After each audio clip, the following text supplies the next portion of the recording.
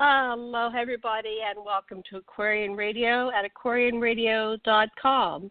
And I'm your host, Janet Karen Lessin, with Karen Christine Patrick. And today we are bringing you an episode of Planetary SOULutions. We're talking about the elephant in the room and the basic income. The Republican Party has thrown all its political eggs into one gift basket to the elite class just in time for Christmas. The immediate effect of the bill, that is it's coming up on Tuesday, I guess they're signing it, is to significantly cut taxes for the rich, wipe out deductions for the middle class, and then raise the deficit, which will be the impetus to further reduce benefits to the lower class. What is the philosophical rationale behind why this is being done other than greed? What is the technological unemployment, and how does it affect the economic cycle, which stalls out to a jobless recovery? What is a basic income, and what is exactly the right remedy at this time? So over on aquarianradio.com, I have a page set up for today's show, and please do journey over there and look at it. And there's a lot of kind of graphic images to describe a little bit. An image says 1,000 words. But we're going to turn the mic over to Karen Christine Patrick, who has been researching this topic. And I've actually had a couple downloads from the extraterrestrials, so to speak, about a basic minimum needs economy. But Karen has some new research and insights. So, yep, I got your mic on. Take it away, Karen Christine Patrick. Oh, thank you, Janet. I'm excited to talk about this topic. I've been researching economic stuff. Well, I don't know how long I'd say I would be doing that, because I'm, as I said before, second-generation conspiracy theorist. So in my home growing up, I was hearing about things like the Federal Reserve and the Council on Foreign Relations and the Bilderbergers and all those kind of esoteric money magic topics that basically was pretty obscure. I mean, I knew not to mention those at school, but as I've gotten older, and then we've had an interest in that by a lot of people wondering what is going on with the money system as far as like creating wealth inequality. And I don't know if everyone's got a beat on it or not, except that as I've gotten older, and then we've had I got an echo. 1 second. Hold on. Hearing myself. There we go. I got it. It's not like I don't love the sound of my own voice. I just want to hear an echo. Great. No. Yeah. I've been accused of that. But it's what I kind of said is they've talked about our monetary system, or especially our global monetary system, as being Babylonian money magic. So as you study like what money is, it's and you go back and you look at the esoteric beliefs of the people who create it, by the way. So it's not just, I believe that thing. It's the people who practice richcraft, that's what I call it. Richcraft. Wow. Yes, richcraft. Good term. And so that's their belief system, and then they've managed to convince us of their belief system for people in the United States, kind of an invasion of that. So like if you're talking about America before the United States, I'm part Cherokee, so people lived in tribal communities, and there was trade and whatnot, but it was kind of not monetary based. It was like, I'll trade you this sheep, whatever it is, for some beads and blankets and shells and firewood and whatever. It's kind of like a barter system. Right. And that was how human tribal indigenous communities kind of did that for a really long time. It got a little weird when they traded, a cow for a daughter to be married. But, that's I'm not nostalgic. Let's just put it this way. Right. Then we had this money thing move in historically kind of rapidly, and the banking system, in terms of the long haul look at history, is relatively new, although there was different things in the Roman era in particular in Europe. But now it's, gone all the way to now, which is an interesting period of time because we're in the digital age, most of us use a debit card or something like that. We don't actually carry cash very often. So it's very, very accelerated technology, although the basis of the technology, and I'm a technology person, so I say this, is the basis of the idea of money as a limiting factor, as counting things that are scarce, right? You don't count things that are abundant. You don't count air molecules, not yet, what you breathe, but you do count what you drink because, you pay a water bill every month, and you pay even more if you get bottled water. So we are now moving into the super basics of life being monetized.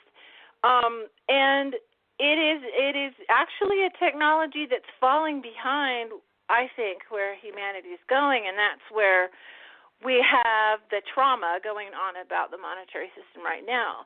And it's a clash of perspectives. It's a clash of values.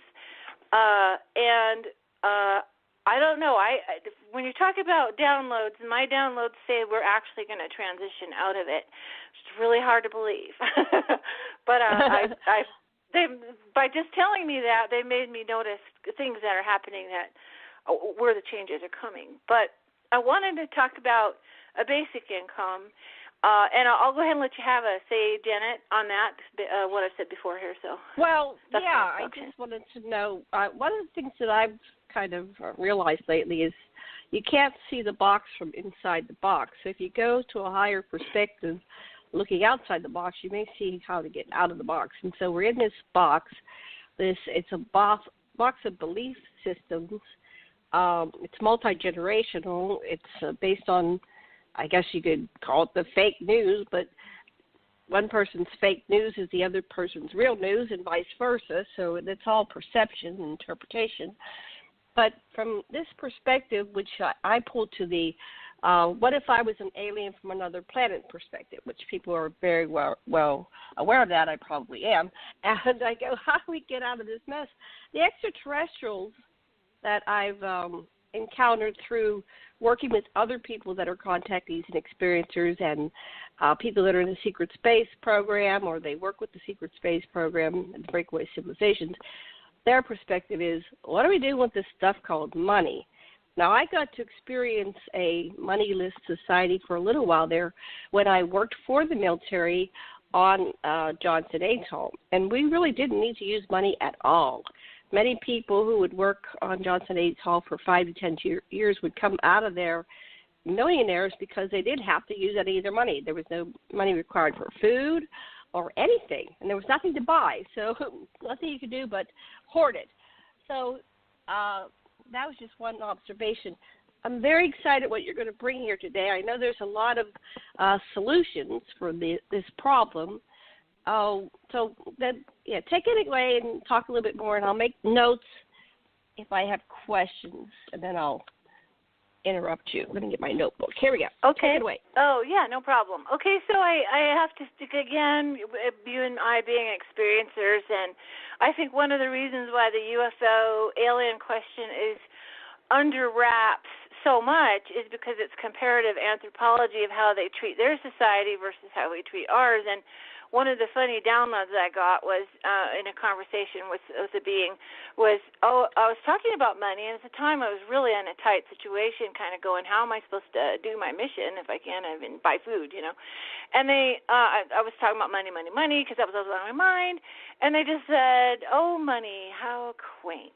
Which I thought was funny, like, right. Oh my gosh, we're a cute little, Victorian era, whatever, from history, Right. Well, that's right, you guys used that. Oh yeah, So I mean, that was that perspective, and so it really is, from that moment on, I said this before, I did a lot of automatic writing, starting in 2009 to 2013. And this is what they laid out for me. They had me write on valuation. What are your values? Provision, which is what do you need?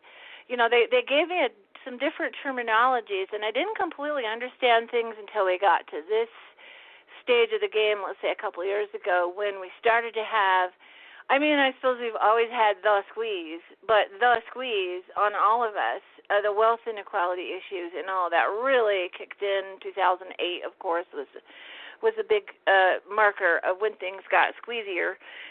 My own experience was at the time I had a job I liked at the hours that I needed because I was still advocacy caregiver in my family.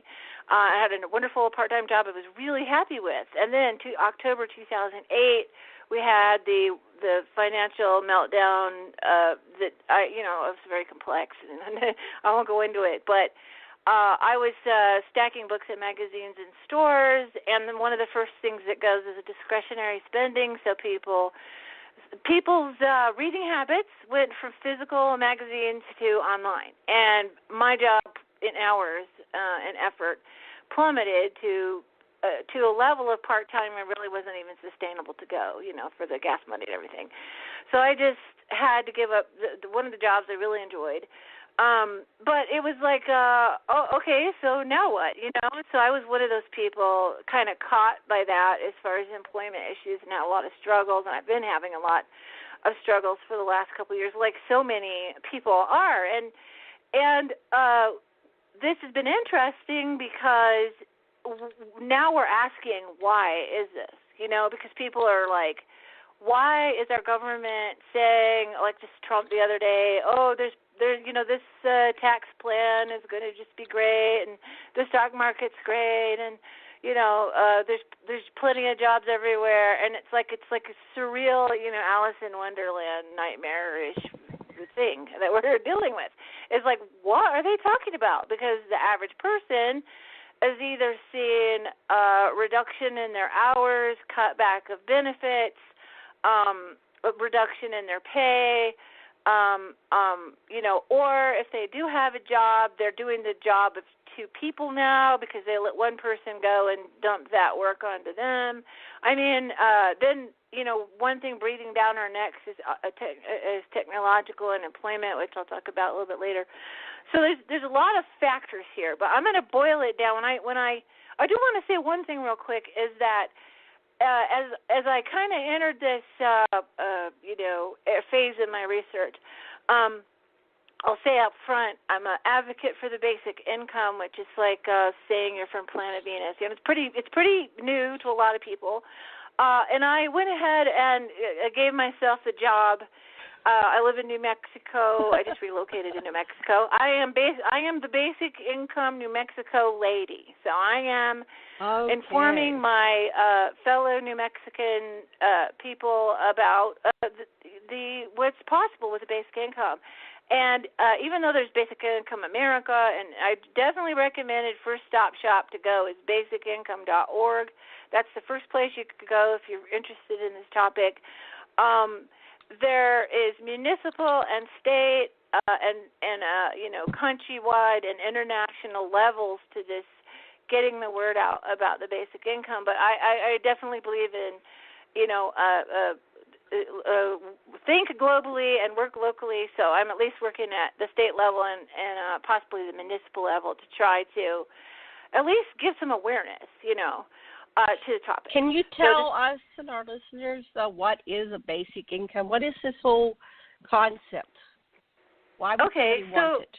Well, it's not a new concept at all, and it's interesting because at the beginning of the United States of America, we were already in shifts of how do we live, and each time we shifted, let's say, up in technology. So we've been having, if you think of technology as like you went from, a good marker is that you had to card your own, if you had cotton, you had to hand pull all the seeds out and make cotton thread and spin it and all that stuff. So roughly at the time, at the beginning of the country, we started having technology, the printing press, all kinds of things that were coming on board to give America started on a technology revolution already of the type where they were just beginning to do things by machines that had been done by hand, and it was transformative. And also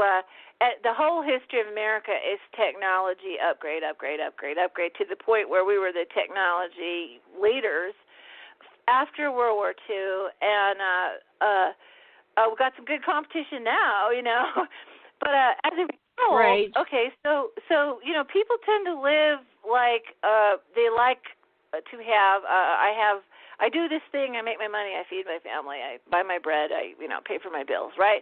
They like to have a stability in how they do things to make that happen. And so coming in the early stages of America, it was get a farm, do the farm thing, go to the market, trade your milk for eggs, whatever, kind of the barter thing. Pay your taxes with money. That's when times you did actually need some money for your land tax or whatever. And then it just kept going. We kept having the technology upgrades in first farming. Farming was one that was so labor intensive. The one of the reasons why we got into a civil war is because of the plantations needing all that slave labor to manage all the tasks on a farm, whereas the North was sort of investigating more, technology solutions. And so after the Civil War, again, it keeps ramping up. We start getting more and more things done to the point now where not everything, but a lot of things are managed by some form of technology, whether it's some kind of mechanics picking things or cutting down the corn or whatever, or it's a petrochemical, so it's chemical pesticides, and that's a whole controversy by itself. But I mean, the automation up to the level of genetically manipulating stuff. And the scariest thing I think I ever heard on that was that we went from, we're now at 80% GMO, of things that we encounter. So it's kind of serious. We were unfortunately probably going to have a reckoning of that the way we did the Industrial Revolution that gave us pollution. So America kept benefiting from technology. If people couldn't work on the farm anymore, then they went and they worked in the factory. So there's an assumption for several generations that, yes, cool, technology. And what it'll do is you won't have the guy making buggy whips for the horse-drawn carriage. He's going to switch over and he's going to work on the assembly line and make a car for a horseless carriage. It's that constant. When we upgrade in technology, then generally speaking, the jobs just switch over to the new thing. But there was a recognition that not all jobs were going to do that. So as far back as Thomas Paine, that guy, back in the Revolutionary War era, was starting to talk about a basic income because not everybody, kind of at the time, land was favored to be the former land grants of the king, large plantation type things. The small farms really didn't kick in high until you get later with a little house on the prairie and the move west. But basically, because people lost the ability to own land or didn't have it to get it in the first place, then already he's saying, well, we're going to need to have some kind of stipend for the people who are not going to be landed. And at the time, they couldn't even vote if they didn't have property. So he was thinking in that regard. Let's see, the next couple of people, it's quite a bit later. I don't know anything in between there, but quite a bit later, we had in the 60s, we had the last book that Martin Luther King wrote before he was killed. He wrote a book about a basic income because at that time people were really coming off the agricultural thing in earnest and coming to do factory jobs, and they needed to be like a cog in the wheel. So you might do a job, and then they lay off those guys because they upgraded technology, and then they need to have you be retrained to do a new job that, gapiosis is what I call it, gaps between jobs. Gapiosis between jobs, you needed to be retrained. So he thought, he and many people thought there needed to be some kind of stipend for when things are changing and adapting. And also, too, that would have been a way to also deal with the racial imbalances at the time, and just the inequality between the poor and the rich.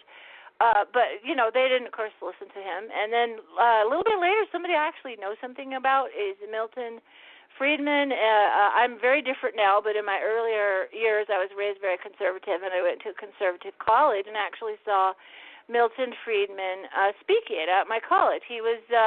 My college was very steeped in republicanism and conservatism, and so they brought speakers in on those topics. And at the time, we had the beginning of the Reagan administration, and Milton Friedman was I don't know if you say the father of supply-side economics or Reaganomics, or sometimes known as trickle-down economics, the idea that a rising tide lifts all boats, etc. So the idea was, let's give tax incentives and deregulation to the corporations, and in turn they will invest in the economy and give jobs to everybody like Santa Claus, And that was an interesting theory.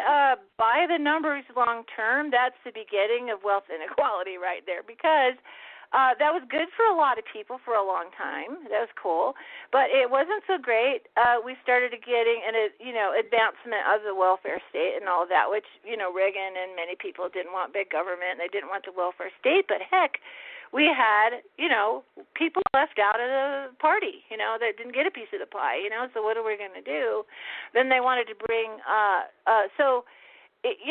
it's complex to study this, but just to make it simple, capitalism, as I was taught, classic capitalism in the college I went to, is the, supply and demand is like the holy writ. It's supply and demand is that this rebalancing of supply and demand is good for everybody, except that what they did not say to us at the time was how much. Well, there's a whole backstory there, because capitalism is not what we have. I don't know if we've ever had it. We've had a manipulation behind the scenes of a shadow group, witchcraft practitioners, who gave us this idea of supply and demand, but in actuality, and right after the 2008 turndown, there was an awful lot of writers writing about the manipulations of all kinds of markets, gold and silver, and investments, and all kinds of stuff, to where the rate, the interest rates, the bond yield rates, all of that stuff we've been discovering, thanks to some independent research that's off the hook, that there's been a manipulation. And the net result, so you take all the thing all together now, and it has created massive wealth inequality. And when I was a conservative, they were always saying, we don't want wealth distribution, like communism or socialism. And it's like, well, that's not what we have. We have wealth distribution up. It doesn't go down from the, like communism says, for those who have to those who need. Instead, it's been trickling up, and now it's like a gusher here. And so the supply and demand thing is messed up because we have an imbalance. And the way, like one of the ways we can track the imbalance, the wealth inequality, so the rich get richer and the poor get poorer, and that's not a joke. It's like if you look at the economic numbers, it really happens. It's really happening. Right.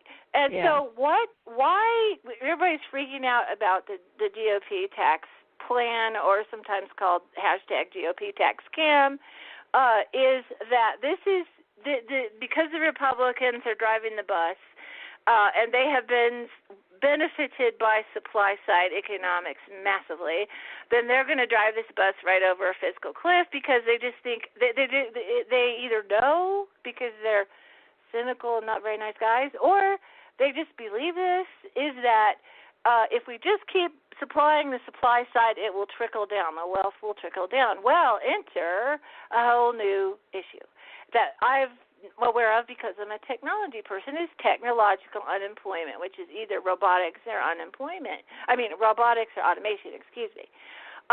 Automation. Okay, so while we've been having a limping along economy since 2008, almost a decade now, by next year, October of next year would have been a decade, we've been having mass applied technology. So it's robotics, it's AI, it's automation of all kinds, and also work transfer. And I'll start with that one. Work transfer is when you take the work of an employee of the business and you transfer that work over to the customer. So today, just because I was in a hurry and philosophically maybe I should have done better, but here's what I did. I got in the scan and go line at the store. So instead of waiting for a count, because they choked it, they don't have as many people working, checking your groceries out as before. That's what they do. It's the holidays and everybody's crazy. So I said, they had a lot of scan and go lines available. And so I just went into the scan and go, and I scanned my own groceries, and I bagged my own groceries, and I, paid to do that, right? Paid to the nose to do that. Right. But I know, based on my awareness, that when I everyone doing that means that they can now use less employees because I'm scanning and going. In some parts of Europe and I believe Japan, they actually have employee-less stores. They have little convenience stores. You go in, there's nobody there. You go get the groceries that you have. I'm assuming everything is magnetically tagged so you don't run out. But you come through, you just do that. You scan and go, and it comes out of your debit automatically. You don't even wait for that part of it. So we're seeing, if you start to think about. So I lived in Washington at one point and used to travel to Oregon, and you cross the border, something magical happens from Washington to Oregon. Somebody's there to pump your gas because Oregon made it a law that the gas, for safety reasons and job protection, I think, too, you can't pump your own gas in Oregon. So there was a job protection situation there. So it's like I get out and get ready to, try not to get gas on my shoes. It's kind of a job. And this person runs out and, may I help you, ma'am? And it's like, it was kind of nice because that's like the olden days, when you didn't have to pump your own gas, right? But I mean, there you go. One side of the border, they'll help you, and there's a person working now as a result.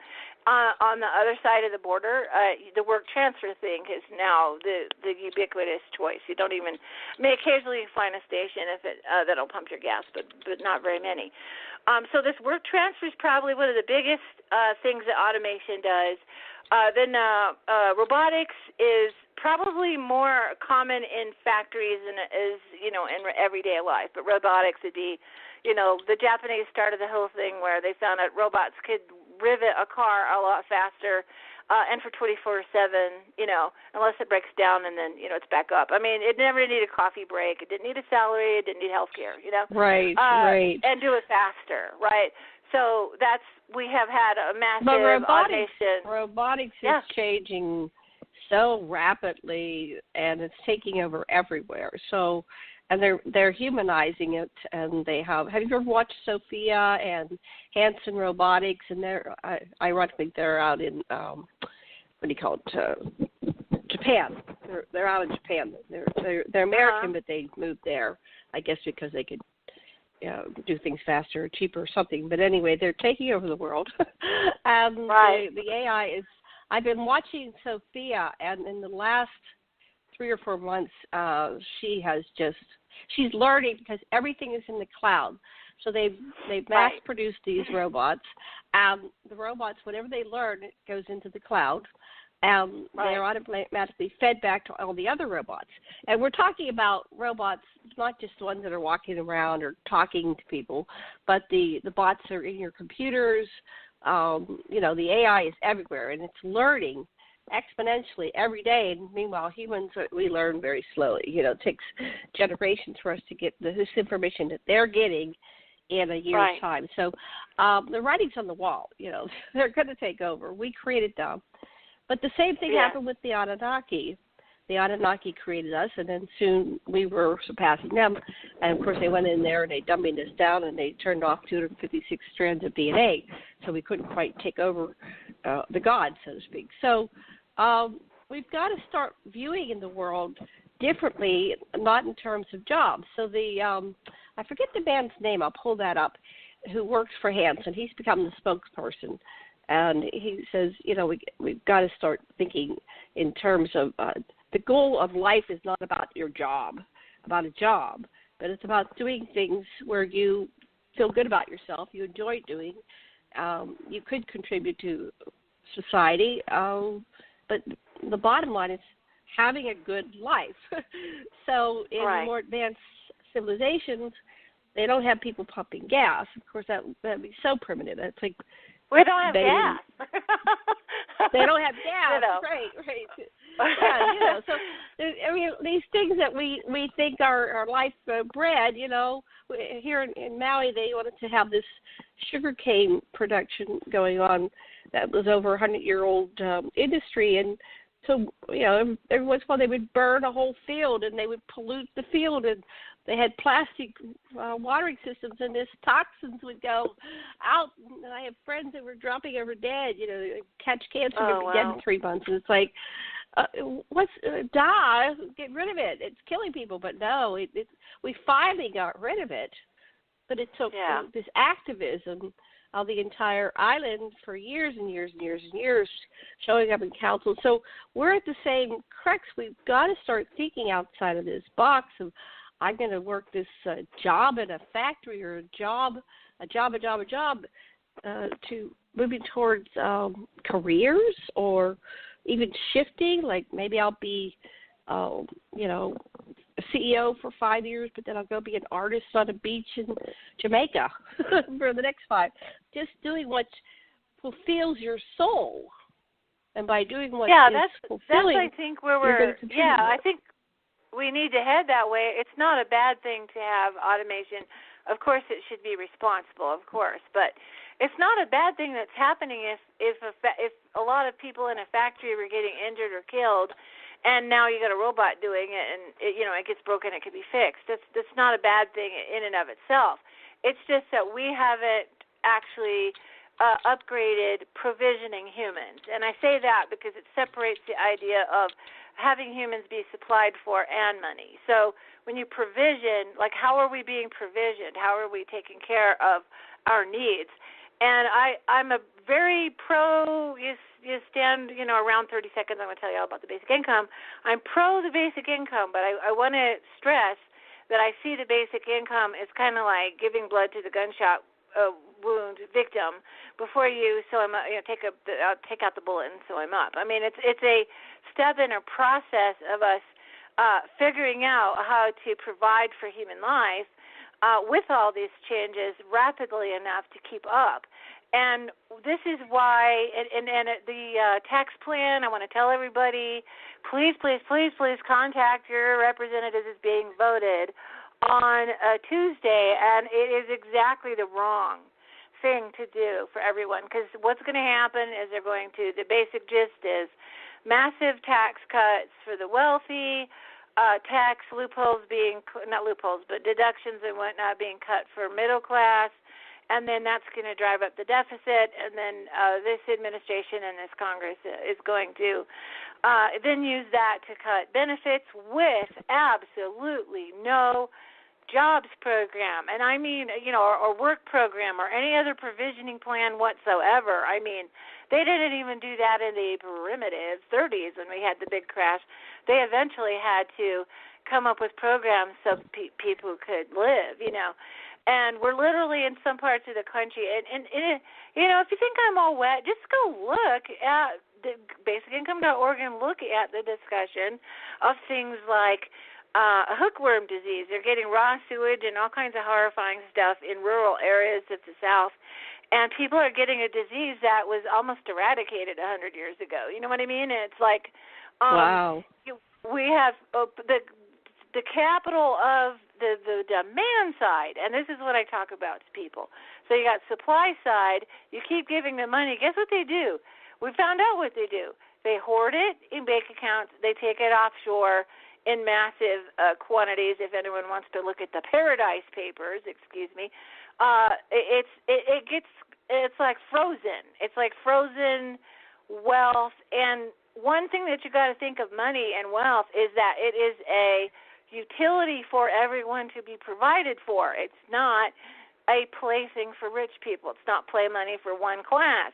It's how we provision everyone is money. It's a utility. Right. It's not supposed to be a private purview, because that's back to being an oligarchy or kings and queens and princes. Well, that is the oligarchy. Right, and it results in human trafficking at all levels. Human trafficking is based on one premise, and that is that you have a large group of people that cannot say no to anything. They cannot say no to bad working conditions. They can't say no to cuts to their job and benefits. They can't say no to the boss that's all handsy, because we've been getting a lot of that with the Me Too movement. They can't say no if they're so poor and they have children and mouths to feed to someone wanting to buy their kid, which happens not just in third world countries, they can't say no to slavery in its actual form, like it's, coming back like a bad penny, real slavery. Right. And people working for nothing, and interfamily slavery, where people who don't have a job are having to, there's some hidden slavery in there where people are not provisioned adequately, and they have food insecurity within their own home. They're the last in the pecking order who gets to eat. I mean, it's nasty, okay? As well as social problems with how, addiction issues and all the social ills go up in this environment. I mean, this what's being done to us at pretty much every social ill just is having to do with the fact that we're getting this squeeze on us more and more and more. People are having a horrible time trying to make a rational, mature plan of, investing. Do I buy a home? Do I not buy a home? Do I go to school? Do I not go to school? We have a young person in our home, and lots of people have said don't go to school, and if you go to school, do not get any kind of loan because of the student loan return on investment has not been there. People are graduating with degrees, and they have student debt, and they cannot get work commensurate with what it was that they wanted to do, and they can't retrain, and it's just, we're in, there's a book called Freakonomics. We're definitely in Freakonomics. It's really, really hard to tell what is the right thing to do. And the right thing to do is to tell the oligarch class, no. And to immediately change the game with a basic income, because what the basic income does is you can give those guys money all day long. They could start a business all day long, but if nobody can buy their stuff, if there's no customers, if all of us can only pay for if all we can pay for is basics and we have no discretionary income, everybody's job, because if they've automated all the basics, everybody's job is in the discretionary income, the part left over after you paid for food, clothing, housing, your utilities, and all that. What's left is your Starbucks money. Well, dang, if you don't have that, if they squeeze you that hard, there's not even going to be that. And that's where somebody's job is now, because we have a service economy. So the basic income will help everybody, and it's hard to understand how this works unless you study it. But basically, it is a universal, unconditional basic income, and there's really good reasons why it needs to be that way. Universal, everybody gets it. A lot of people are against that if somebody rich gets it. Well, numerically, there's very few of those. And they could be do a goodwill thing and give that away. But my great-grandfather lost everything in the Depression, went from a mansion to living under a bridge. I think a universal basic income would have helped him out a lot, At that point, people are losing their jobs. Houston and a bunch of cities got wiped out. Puerto Rico has all got wiped out by storms. Even if you were doing really well before that storm, you're not doing so well now. So an unconditional basic income is for of course, people who don't have a job or looking or trying to retrain or all those things. But it's also for a middle-class person who just can't quite, work enough to get what they need. People for every kind of turn down you can imagine. So that's the unconditionality of it. And then the unconditionality, I forgot the other point. There was two things. So go ahead, Janet. I'll think of it in a minute. Oh, goodness. Let me think what you were... Well, yeah, you were talking about how you can you can be at the top of the food chain, and suddenly there's something like the Depression of the 1930s, and or like the hurricane. But see, some of those people are just so rich that doesn't even affect them because they're ready to rebuild, and they get profit from rebuilding all this stuff that's but who's going to buy their stuff? If they had a store and they were doing really well and their town gets wiped out, who's going to buy it in the town? They'll always move to something that is, they'll move to something that people can't live without, which is food, that type of thing. Well, that's good. So the luxuries go away, and it goes down to the basic needs. But if you look outside of this box that we have, this one that's kind of obvious and viewable, there's the whole story about they're trying to wipe out humanity to a lower population, down to 500 million or whatever so what is that called? The depopulation bomb. So is there a depopulation agenda? They're basically the strategies that they're imposing upon the world leave people starving to death or without the basic medical that allows them to live. So how many people are going to die from these new policies? Oh, I'll tell you one thing I've been tracking. Or are they going to sweep it under the carpet?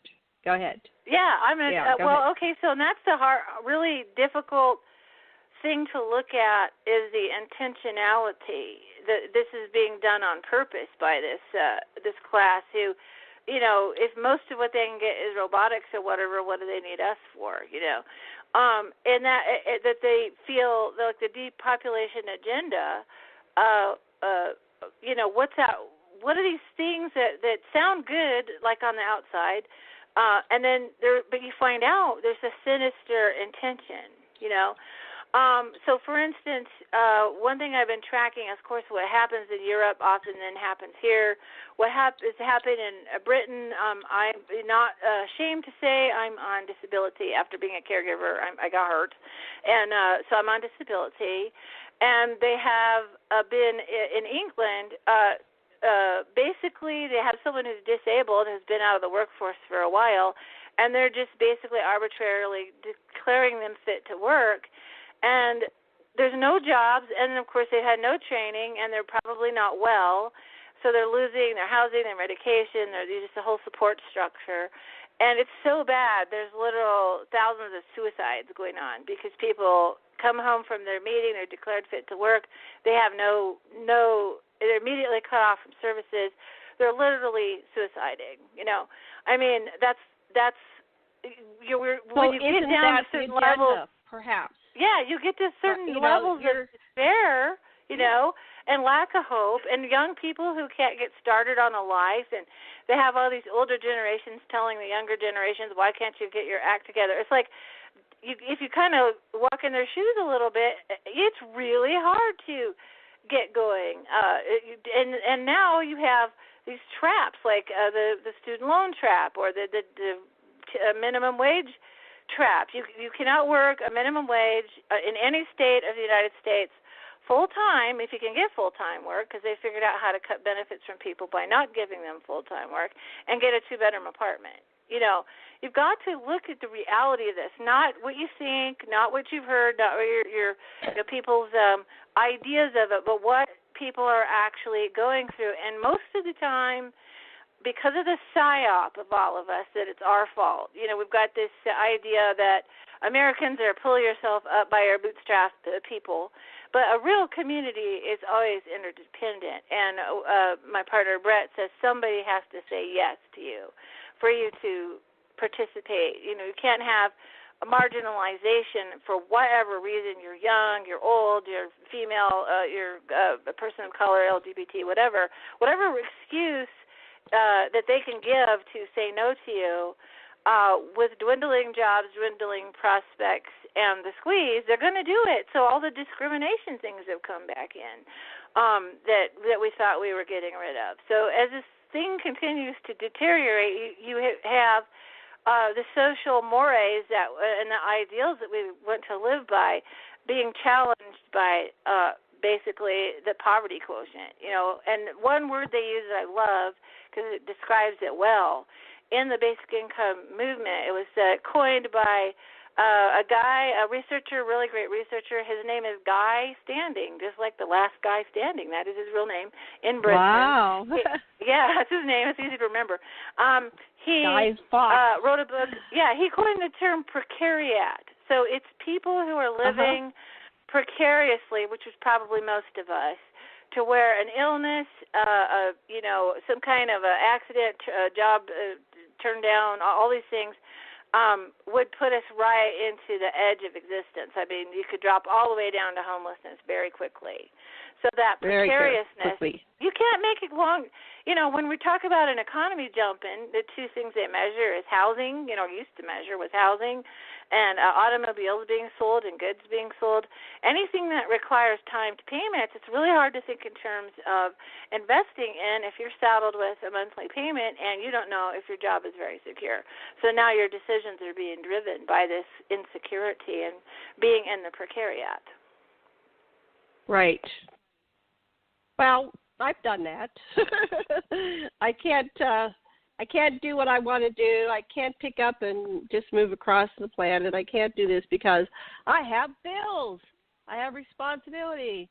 I've put all my eggs in this basket, and I bought a house in this part of the world, and now the house isn't worth anything, and I don't have a job. So we're always, it's like the hamster, the wheel in the hamster cage. We never get ahead unless and I was married to a wealthy man, and his family was wealthy. And they had a lot of this attitude. Now, I don't know how high up this food chain, how wealthy they were, but they seem to be, way above everybody else in terms of what you're seeing kind of is a weird, income. If you look at this income inequality chart and graph, it's a really weird-looking chart because the inequality goes like it's just kind of, there's a sort of a stasis between the rich and the poor, I guess you'd say, and the middle class and all that. And then it just sharply turns up. So unless you are in, it goes like this. In the Occupy movement, they said, we are the 99%.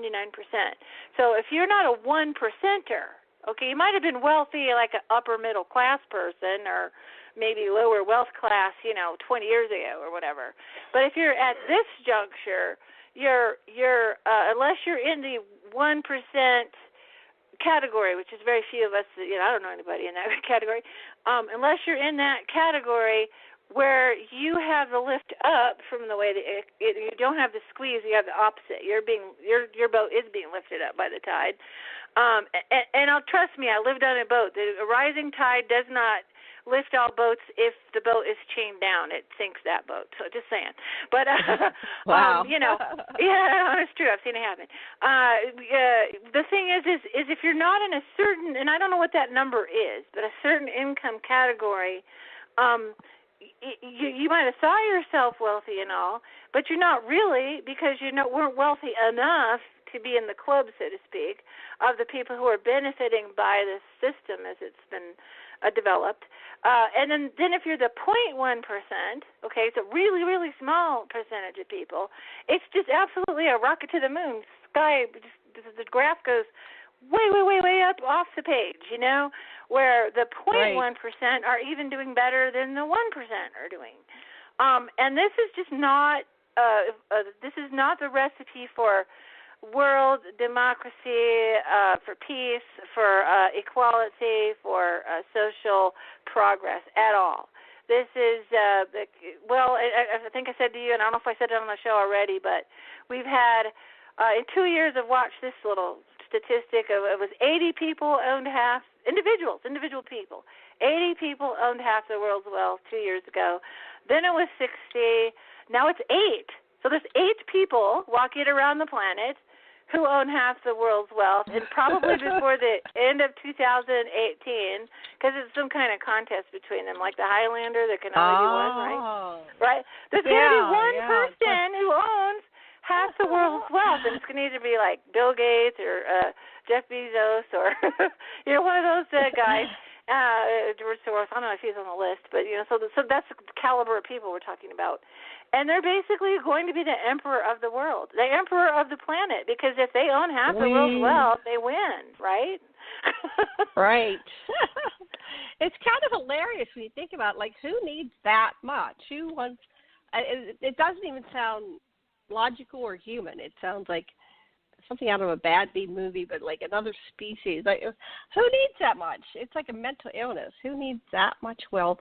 All for I themselves? think it's bragging rights at one. Because those people, they don't need money. They don't have enough lifetime to spend it all. I think at that point, that's your top people that think of the rest of us as their property. So they're buying and selling people. If they want you dead, you're dead. If they want to kill your country, they'll kill your country. I mean, we're talking the power, the power trip over individuals and even countries. And then I think it's bragging rights at that point, because there'll be one guy who stands up one day, I'm the king of the world. It's like he's the guy. He's the man. Everyone has to bow to him. He's it. But this is, basically creating the new Roman Empire with Julius Caesar. It's kind of this repeat of this oligarchy plan that is, just look at history. It's not pretty at all. No, it's not. Oh, boy. Well, are there any solutions? Is there any way out of this? What can we do to elevate consciousness so this doesn't happen? How can we wake up the world? Shake them. Yeah. Wake them. Wake up. Oh, yeah, I always like to follow up with that. Well, okay, so hold on. You hold and on I one both. second. Yes, ma'am. Hold on one second. My friend is here, Joy, and I'm going to put the speaker on and let her. She's been popping in and out. I think she's having trouble holding the signal, but let's see what she wants to say to add to the discussion. She's not going to be able to stay with us long, so welcome. Let's see, Joy. Welcome, Joy, to our show. Hi.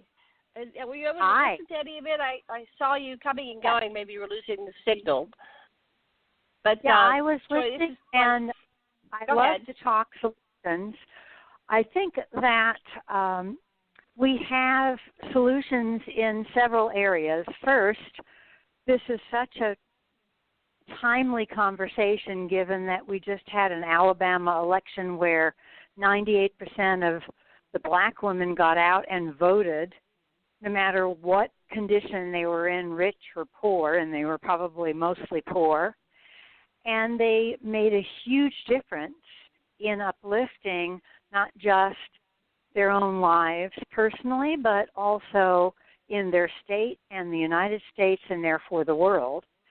And so I think that one of our first areas of solution is we can open our hearts and know that we can do a simple thing like call our congressman, call our senator regarding the tax bill and any other area of our human condition. And we can do that with an open heart and with a positive attitude, with the intention of having a very, very positive result that makes a difference around the world.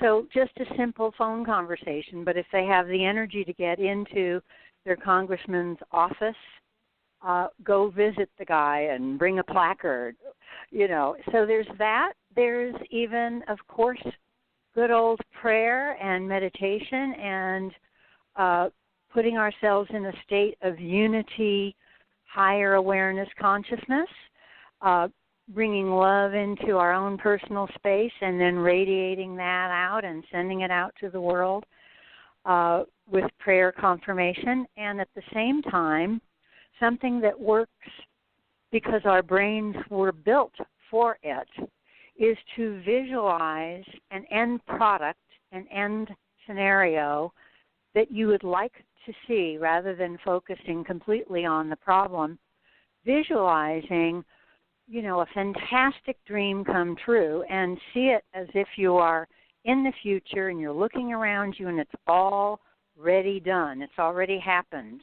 Because our visualizations and our intentions and our open-heartedness make all the difference in the world. And I agree, and it's hard to put that down into words for some people who are so driven by their minds. So we have to give people the logic of how and why it works, and it really does. It applies all the way to quantum physics. Our ability to imagine an image, it's like magic, and we're able to create by our visualizations, just as if we had taken the plans and then we decided to build something from the plans. We can skip those steps in between and create it because we're feeding into the morphogenic field. We're feeding into the grid. Now, we're going to be running out of time here. I want to ask you to negotiate with you and Karen. Do you want to go another 15 minutes or another half hour? Because otherwise we're going to be running out of time at the top of the hour. Yeah, I'd love to. Okay, Certainly. We're going to continue then.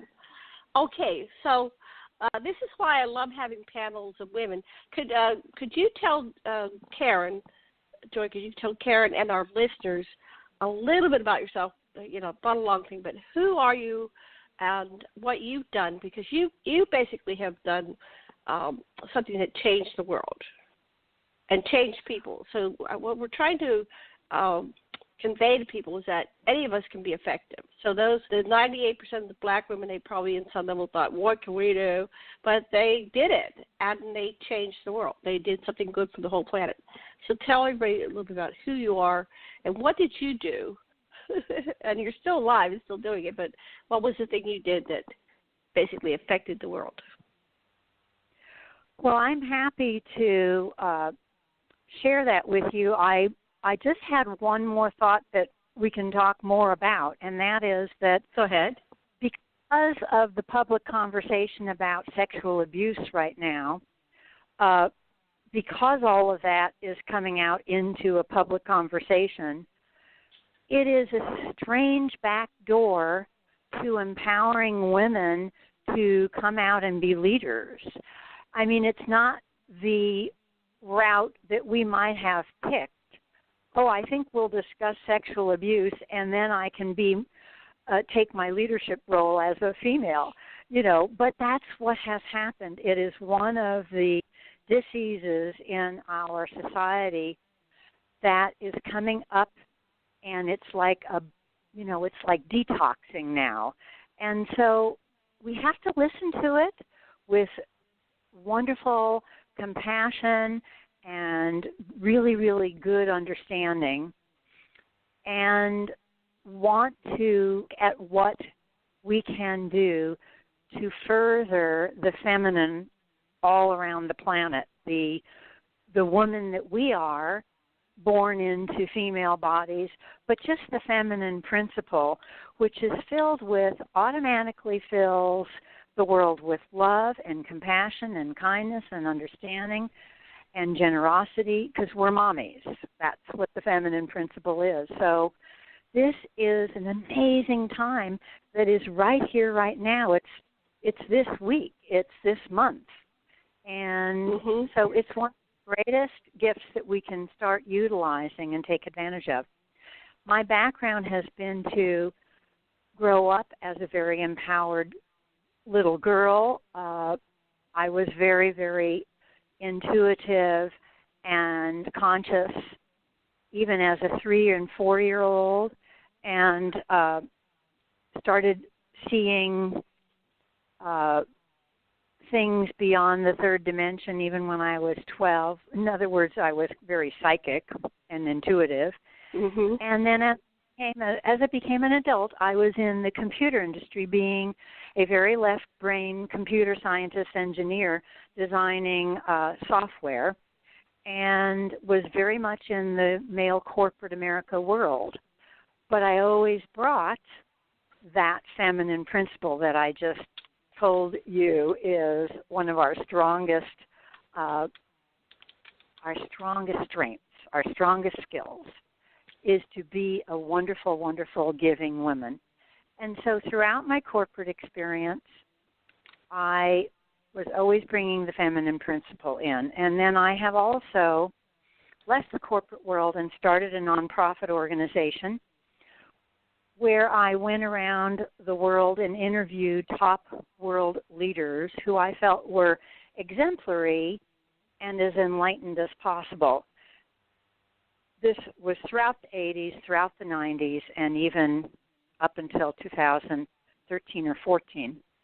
And amongst the people are famous people like Bill Gates and Lee Iacocca and Jack Welch, who all ran these huge corporations and were amongst the wealthiest people on the planet, and but also those who are running the largest charitable organizations in the world. And I have written a best-selling book entitled 21st Century Leadership. In all of my interactions, my main goal and vision was to walk into these powerful people's space and really reflect back to them that they were wealthy and they needed to do good with their wealth, and they needed to pay it forward, and they needed to give back 25, 30-40% of their wealth to their communities and to build a better nation and better world. So I've done a lot of corporate leadership consulting around spreading the wealth out and building charities, and I've helped raise hundreds of millions of dollars for charities around the country. And I've also just helped thousands of individuals live their vision, live their highest vision, live what they came here to do, and then most especially lift up their spiritual enlightenment and consciousness. Open that up, live in love and joy each and every day, live a healthy life, and give back. Wow. Okay. Well, that's a good background and some topics to discuss. Back to you, Karen. Oh, no, I was just really interested and glad to hear it, and I'm glad that it is people at this level, or someone is talking to them. I think it's interesting the high-tech field has actually been the forefront support of a basic income guarantee, and so there has been statements by quite a few leaders, Mark Zuckerberg and I don't know about Bill Gates, but I was trying to think of who else. Sir Richard Branson of the Virgin Mobile Company. There's different Virgin everything, I guess. Yeah. And I think one of the reasons why they've spoken to that is because their industry does live in the discretionary spending, in terms of like the cell phone is after food, clothing, housing. There's kind of a realization that the industry they're in is supported by consumers who want to make that investment or whatever they have left in one of their products. So I think that's just sensible on their part. And then also, of course, they are well understanding the technological changes that are afoot that is going to change really how we think of work. And what I tell people is that work is going to be different from my work is I go to the job and I make my income and then that's how I pay for everything, to as we go further into this concept of reaping the inventor's dividend. And my great-grandfather was an inventor, so we reaped a benefit societally for the things that he invented. And so we're getting an accumulation of these inventors' dividends to become a citizen's dividend. And once that happens, your work changes to what did I come here for? Like you said, like what was my work? Like when you go to an artist and you say, I love your work, it's a fundamental change in how we live, potentially going to the Star Trek universe that you and I talk about all the time, Janet, where we transcended physicality because we've gotten more and more into virtuality and technology that makes things and all these innovations coming along. Why don't we make that transition smoother? And I try to explain it. It's kind of the basic income. When I talk to people who are very forward thinking, I say, look, this is a ladder. A ladder of understanding. We have a scarcity mindedness in our current economy to an extreme level. So we're actually manufacturing scarcity. I always tell my toaster story. I've had way too many toasters because they break down and I can't get parts to fix them because we have a disposable society. Well, that's, of course, environmentally irresponsible and physically irresponsible at some level. So it's kind of a thing where why don't we go towards abundance and make things to last better or can be repaired or can be recycled and all these things. And that's a first level. Let's stop being scarcity-minded, and then let's make that a reward to become abundance-minded. And as we go up the ladder of realizing that money is just our belief in it, which is really strongly being shown by cryptocurrency because it's not based on gold or silver or assets. It's based on math. So we have a bunch of numbers that were generated by computers. So now we realize, it's our belief in it that makes it valuable. And then, valuing each other, valuing the planet. And it's a ladder of realization that I think many forces for the good have put us on to kind of climb out of a scarcity mindset, a limitations mindset, a negative mindset. This is actually the beginning of really great things for humanity, is to take these different tools and pull ourselves up to a really different level of awareness. And I know our contactees, our guide friends, our ET friends, and are telling us is that we could be at a different level. And we need to realize that if there is a scarcity mindedness, if there is a vast conspiracy, that we are participating in it. We can say no. And I love that you brought up the election, where people who have been marginalized just said, okay, I'm going to go do this. I'm going to speak my mind. If we all do that in whatever capacity we can to vote for a positive vision, like you were saying, yes, the basic income and all of these tools are the tools for it, but it's the mindset that is what comes first. Back to you, Joy. Yeah, I think that is feedback. Very, very beautifully said. And, it's up to each and every one of us to, I was thinking about this all last week, as a matter of fact, to be ready to receive all of the possible resources that we can as an individual, because we might not even see what resources we need. We don't need a surplus. If we do get a surplus, we can give it away. But just to even envision that we have all the resources we need to be in service, to be making a difference, to be living our vision, to be living our highest and fulfilling our highest purpose, which is really being a positive, giving, loving, compassionate force on the planet, and to be connected with as high a consciousness and as harmonious and peaceful and balanced a consciousness as possible. And one of the things that I was reminded of the other evening is we don't want to stay too much in the polarity of rich and poor, dark and good, and dark and light, but to lift ourselves up many times a day into that unity, higher consciousness and awareness, where we're not seeing the polarity, but we're simply maybe viewing things through God's eyes, if I can say it, through the highest possible viewpoint. And through those eyes, we're seeing love, we're seeing growth, we're seeing evolution, we're seeing quantum leaps, we're seeing even silly old cartoon President Trump. I see him as a cartoon because he's absurd.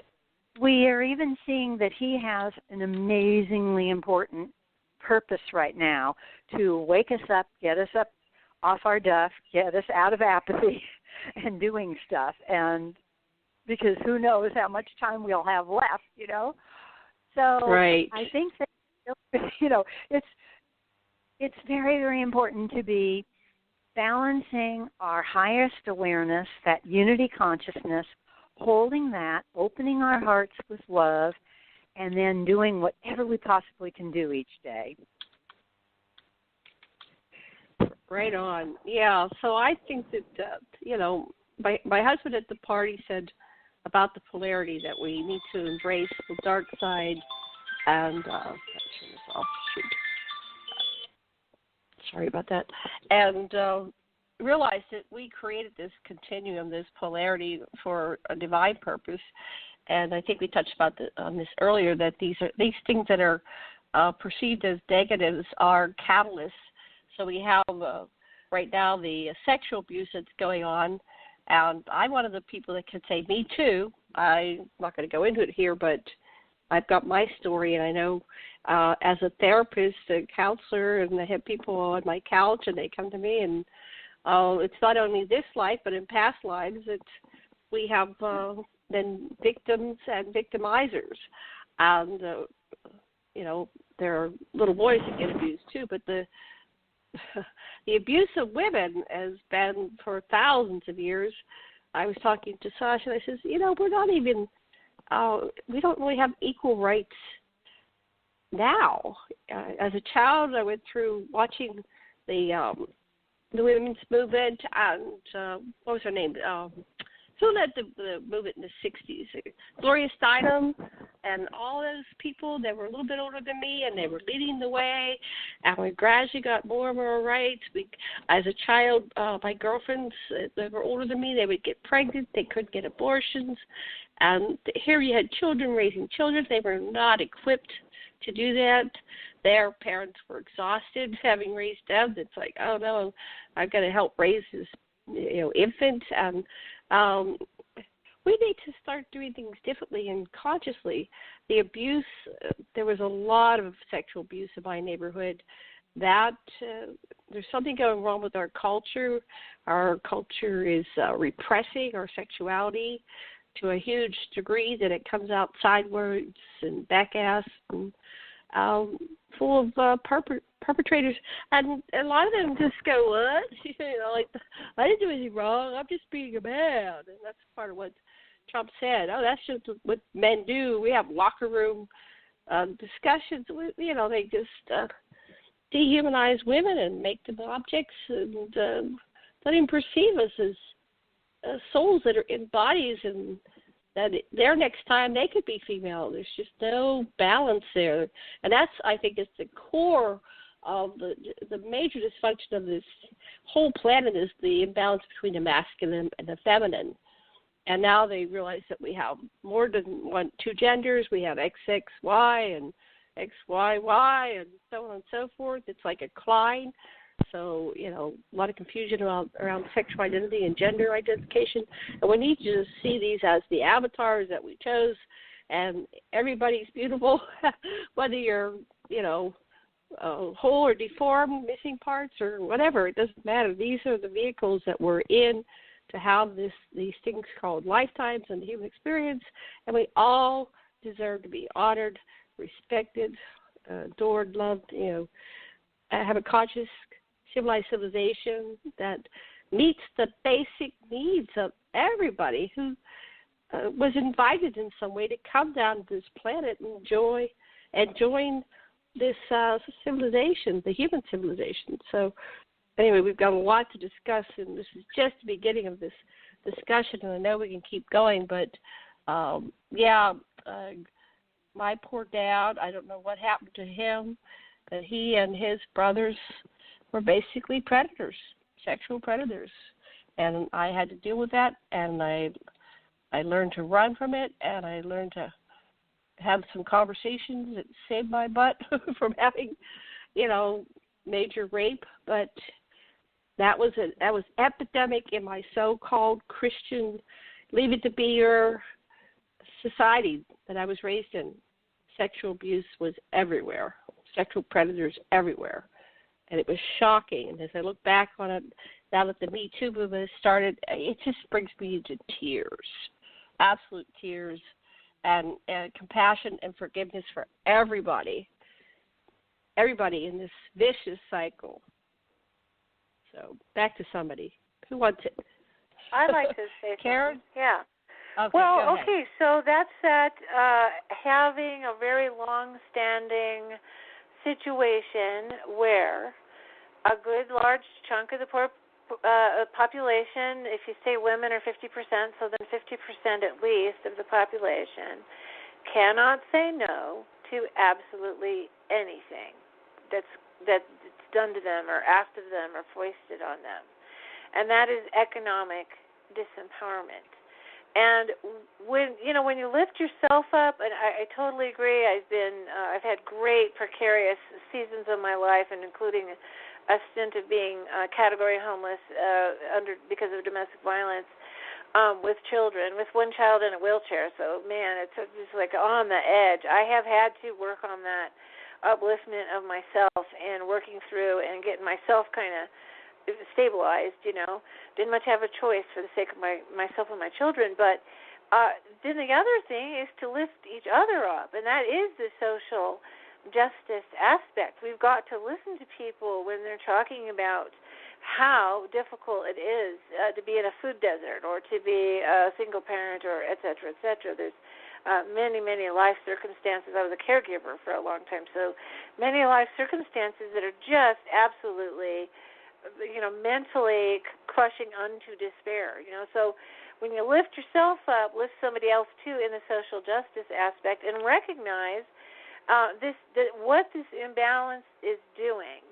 And look at the difficulty square in the eye, and to say, okay, we can do something about it. We can decide that this is not acceptable. It's not just. We've got to look at what it is, and then again, look for solutions, but like permanent solutions. So, what I've said to people in the Me Too, and by the way, Me Too, is to say that. These are not, part of the reason why this is got to be addressed is these are not one bad apple problems. Like there's just that one guy at work, or one bad apple that caused the problem. It's endemic. It's built in. It's built into the culture of work. Our work environments have not been great, especially for women. Been brutal to people as far as safety issues. My dad was a safety officer in a power plant.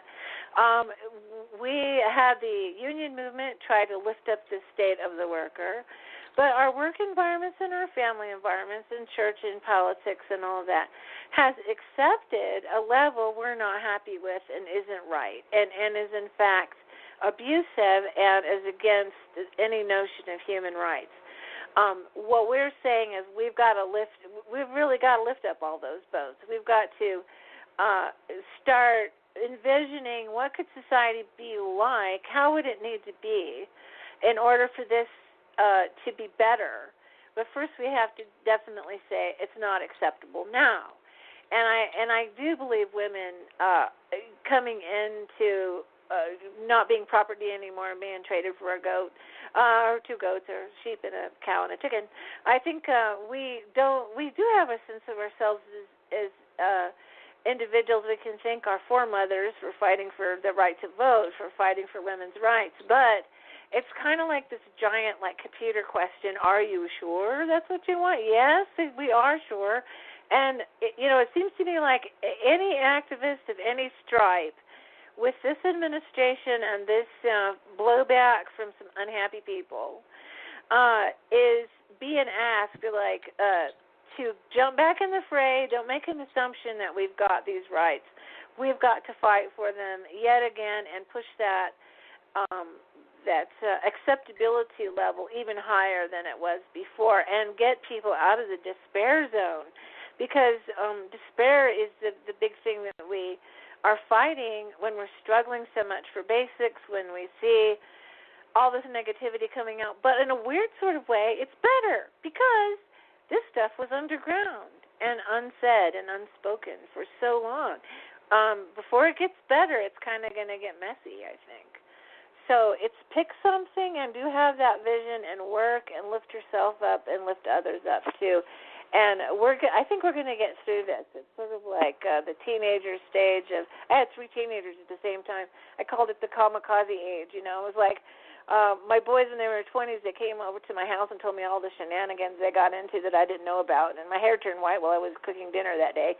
But it's kind of like we're going through that, and eventually you get a responsible young adult if all goes well, and our society is going to need to grow past this even our top leadership being so infantile and so juvenile. We've got to, I think we'll have a leadership that matches the level that we achieve and that we believe in and that we go for. Joy, your turn. You there? Oh, I guess Joy's. No, Joy, are you there? Hello? Am I there? There. Can you hear me? Yes, okay. I can. Joy. Can you guys? There you are. Okay. I can hear you. Go ahead, Joy. Your turn. So besides the 100 things I'd love to say right now, I want to say that the good news is that we have more women in leadership positions than we have ever had. We have more women in, yes, power positions and financial power positions than we've ever had. And that could be part of our solution, is to join them and, into a juggernaut movement that is third dimensional and effective. Because there's plenty of wonderful women's charities and women's service organizations, and there's 20,000 plus women running for office already, getting ready to run in office in 2018. So there's all these wonderful physical things, as well as our counseling, coaching practice, where we're helping people one-on-one and in small and large groups. I think that very importantly, because we were raised on very masculine-oriented spiritual systems such as Christianity or Judaism, or all of our Western religions are masculine-based, and they disempowered women. So we have to also make sure that we have our own spirituality and our own spiritual system, if you will, our own religion that empowers the feminine and empowers women, and go into our activities with as much open consciousness as possible, with as much forgiveness and compassion as we possibly can muster, because if we simply are trying to fight against and all we do is focus on the crap, then we're just going to get more of that. So if we'll focus on the higher ideals and the higher resonating energies and the higher consciousness, and yes, our very own personal higher spiritual system that empowers us, that's when your actions really, really make a fantastically wonderful difference. You're not creating more of the polarity. So could you lead us into some kind of, we have a few minutes left, some kind of higher elevated, like a meditation or something that'll lift us out of this? Because, we have the tendency, and I think we do need to cathartic a bit, because it's been repressed for so long. But it is lovely to end on a high note. So absolutely. We have about 8 minutes left. Karen, are you okay with Joy leading us in a little small meditation to kind of pull us out of this quagmire? Okay, go ahead. I want to say to definitely go back to the website, aquarianradio.com, and look at the links that I know Janet's going to have there for further information. But, yeah, go ahead. Okay. And we can make this a trio meditation. It doesn't have to be just my words. But given everything that has been shared today, and given that there's plenty of things to work on, if we will create a sphere of loving energy all around our bodies right now, and be that beautiful sphere of loving energy, add in joy and peace and harmony, and just surround yourself physically and non-physically with love that is unconditional and is part of the unity, higher awareness, the all-knowing, the infinite source. And we share this beautiful sphere of light. We expand it out to include our homes, expand it out to our neighborhoods, include the entire neighborhood, include the entire community with this beautiful, loving sphere. It's an all-healing sphere of light and love. And now we're on the island of Maui, so we would include all of Maui, but it can be the whole urban area, the whole state we're in, United States, the planet Earth. We can be the astronauts and the angelic force that surrounds all of Earth in a beautiful, loving, gorgeous light. And let us know in our minds that we have highest wisdom for understanding. We have the highest, purest knowing so that we can understand all of the various problems and activities and strange things that occur on our planet. We can know these by instantaneously being very still, breathing deep, and bringing in this love light that is actually our very essence. This love light is who we are. So when we are present in a beautiful sphere of joyous, loving, kind compassion, we are being our more truthful whole self.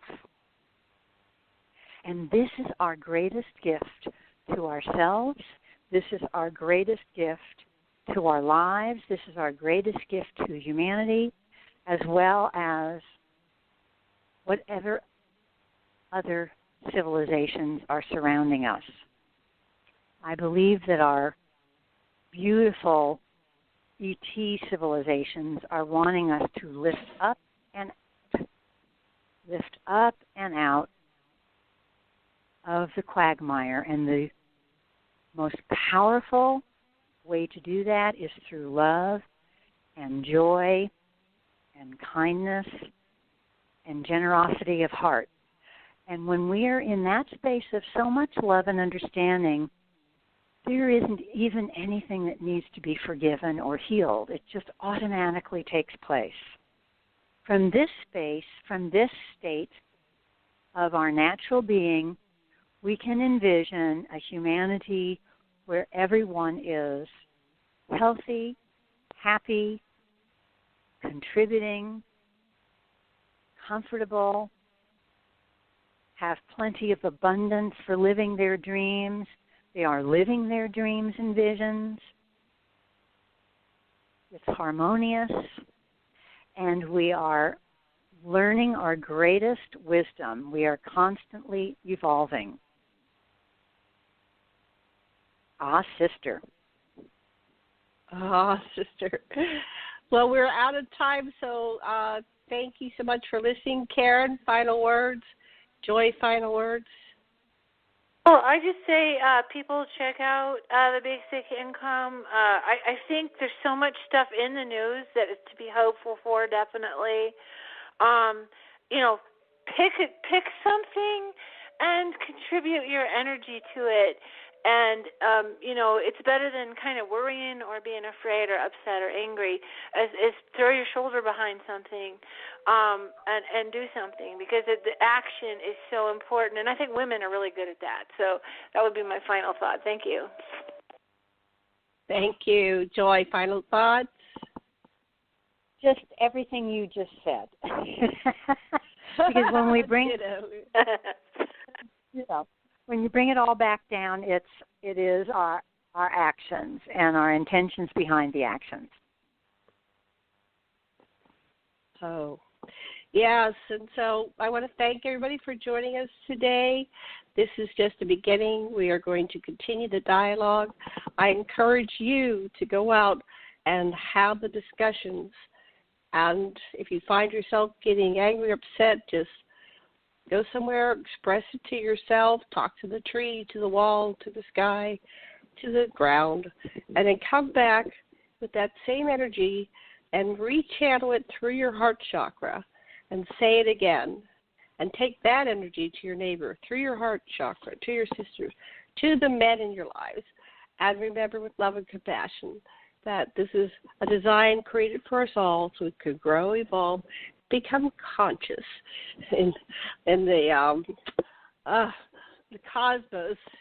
And I'm done for now. Thank you so much for listening. Much love and blessings. And aloha. Let me get some exit music. Karen, you were playing some beautiful music, but I'm going to go get something else. Oh, goodness. Where is it? Oh, right. Nothing works. Here it goes. Oh, sorry about that. I was spaced out. Here we go. Thank you very much. Love and blessings. Aloha.